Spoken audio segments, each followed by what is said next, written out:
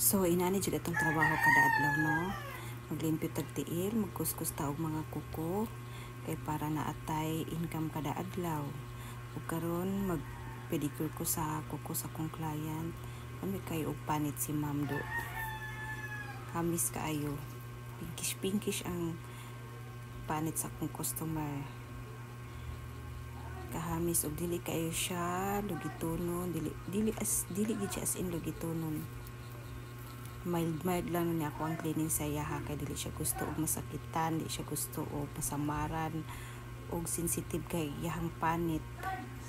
Dili pwede lugiton. Mura ra kog nag nail cutter o nagikuhan og makitikil gagmay, sidingan og gagmay.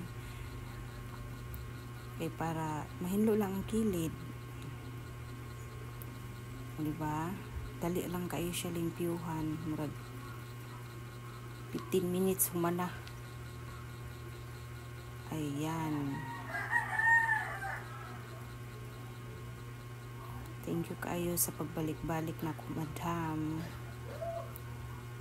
Yes, dana na siya. Thank you.